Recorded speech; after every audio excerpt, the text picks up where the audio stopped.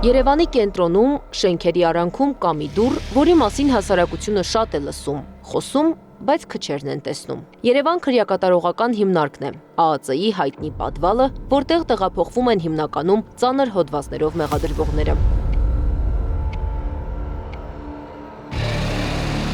Քրեակատարողական հիմնարկը հայտնի է իր խիստ վերահսկողական պայմաններով, պատմում են փաստաբանները։ Պահվող անձանց խցերում ամբողջ տարածքում կարող են օպերատիվ հետախուզական միջոցառումներ անցկացվել, գաղտնալսում, տեսանկարահանում, փորձագիտական ստուգումներ եւ այլն։ Երևան քրեակատարողական հիմնարկում 2 տասնամյակից ավելի է պահվում է հոկտեմբերի 27-ի գործով ցմահ դատապարտված Նաիրի Հունանյանը։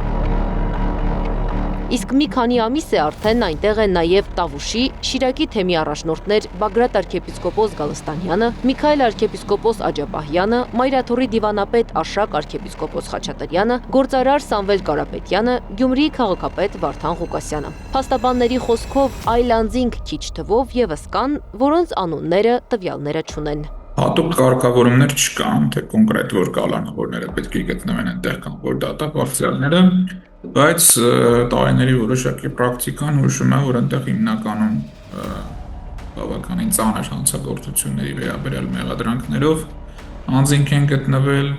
որոշ ժամանակահատված քրեական ենթամշակույթի ներկայացուցիչներ կամ այդպիսի արարքներում մեղադրվող անձինք։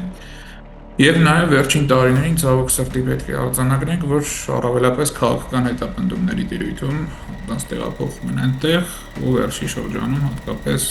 խոսքը վերաբերում է սեփազաններին։ Երևան քրեակատարողական հիմնարկ տեղափոխում են այն քաղաքացիներին, որոնց քայլերը ժամի ճշգրտությամբ ուզում են իմանալ, նշում է Վահան Հովհաննիսյանը։ Ստեղծված պատկերն այնպիսինն է, որ հիմա ԱԱԾ պատվալում մեծ մասամբ քաղբանտարկյալներ են, ասում են փաստաբանները։ Կարող են իրականացնել ներքին դիտում, կարող են իրականացնել արտաքին դիտում նրանց մոտ եկող գնացող անձանց նկատմամբ տեսակցություններ եկող գնացող անձանց նկատմամբ, այդ թվում նաև գաղտնալսումներ։ Այո, կարող են իրականացնել մի շարք օպերատիվ հետախուզական միջոցառումներ,